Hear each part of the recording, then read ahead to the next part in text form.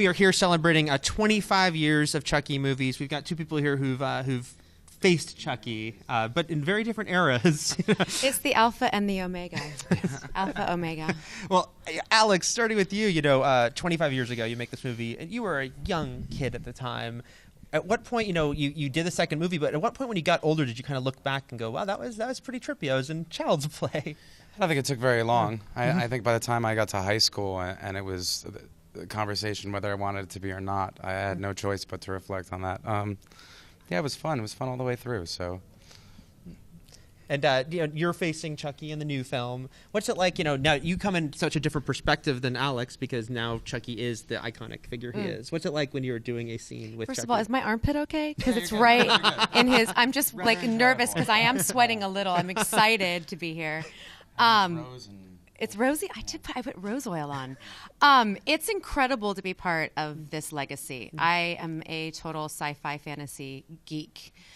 Underneath this red lipstick lies a robot. And just to be able to be at Comic-Con is incredible. To be part of this legacy is a complete honor. Yeah, what can I say? It's 25 years. The sixth episode in the franchise, tying up some incredible storyline pieces that the fans are crazy about. And this young boy and Chucky ruined my childhood. They ruined it. So I sort of feel like it's like poetic justice to be ruining other people's childhoods. I don't know. Well, you're welcome for that. Yeah, do you get a lot of that, Alex? Like, what do people say to you when they realize you were in that movie and how it affected them as kids? I hear that a lot. I hear you scared the hell out of me. That ruined dolls for me. I buried my dolls in my backyard. I ripped their heads off. Yeah, I'm always, my response is usually, you're welcome. I'm glad that it had that effect on people. I'm glad that it continues to. Now, Brad's voice is obviously such an integral part of the character. When you're on set, do you get to hear that at all? Or is it, you only when you see the finished film that you kind of hear Chucky talking to you? When I was a kid, I think it's still done the same way. All his stuff was done first, so his voice was always there on set, which was very helpful. I mean, it was the presence of Chucky was there and his voice always.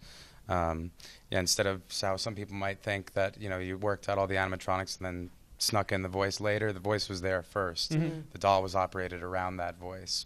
Yeah, I think that was incredibly helpful from our perspective and just added to the creep factor of hearing Brad's voice on set. Right. Made it easier for me. I got to imagine at that age. If the doll itself wasn't intimidating enough, his voice certainly is. So.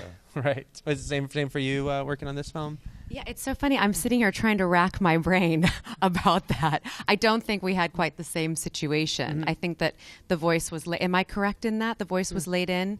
Because I'm looking at Don. He's looking at me, complete blank stare. So just being so familiarized with the voice of Brad's iconic sound as Chucky, I think it was sort of in my mind, in my brain. I mean, I really just have that one moment in the attic with him, and he just comes to life at the very end where he tells me my eyes are inset, and it's given me a complex ever since. The makeup person this morning, Don't I was listen like, to Chucky's insults. No, I told him, I said, can you please put light on the insides because apparently my eyes are inset. And it got long before any casting decisions.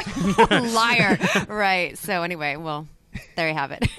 You mentioned, Alex, making the film that there could be scariness or intimidation. You are a kid. You're on the set. You see how they're making it all. But was it still a strange thing? The truth is it wasn't intimidating or scary in any way for me. I mean, I was a 6-year-old, 8-year-old kid working with this robotic doll. I mean, it was about the coolest thing that a kid could be doing. But it is the most common question of my life if I had nightmares, if it tormented me growing up. And, like I say to everybody, when you're doing the same thing over and over again, 30, 40 tries to get the doll to move the right way, and you're doing it for 2 hours. When the director said cut, the doll stopped trying to kill me. So I really never had any fears. Right. Now, you survived. You faced Chucky and survived. Things went a different route for you. Is that, though, a kind of point of pride to be like, I am a Chucky victim? Absolutely. I think everyone would probably consider their death scene the most iconic. But funny little story. So back to the eyes. My parents were always like, oh, our daughter has such beautiful blue eyes. We can't wait to see it on the big screen. And this is the very first movie that I think people are actually going to see with me in it, where my eyes are featured in not the most delicate, wonderful way possible when that blade goes through it, and then one comes bouncing down the steps and then squashed.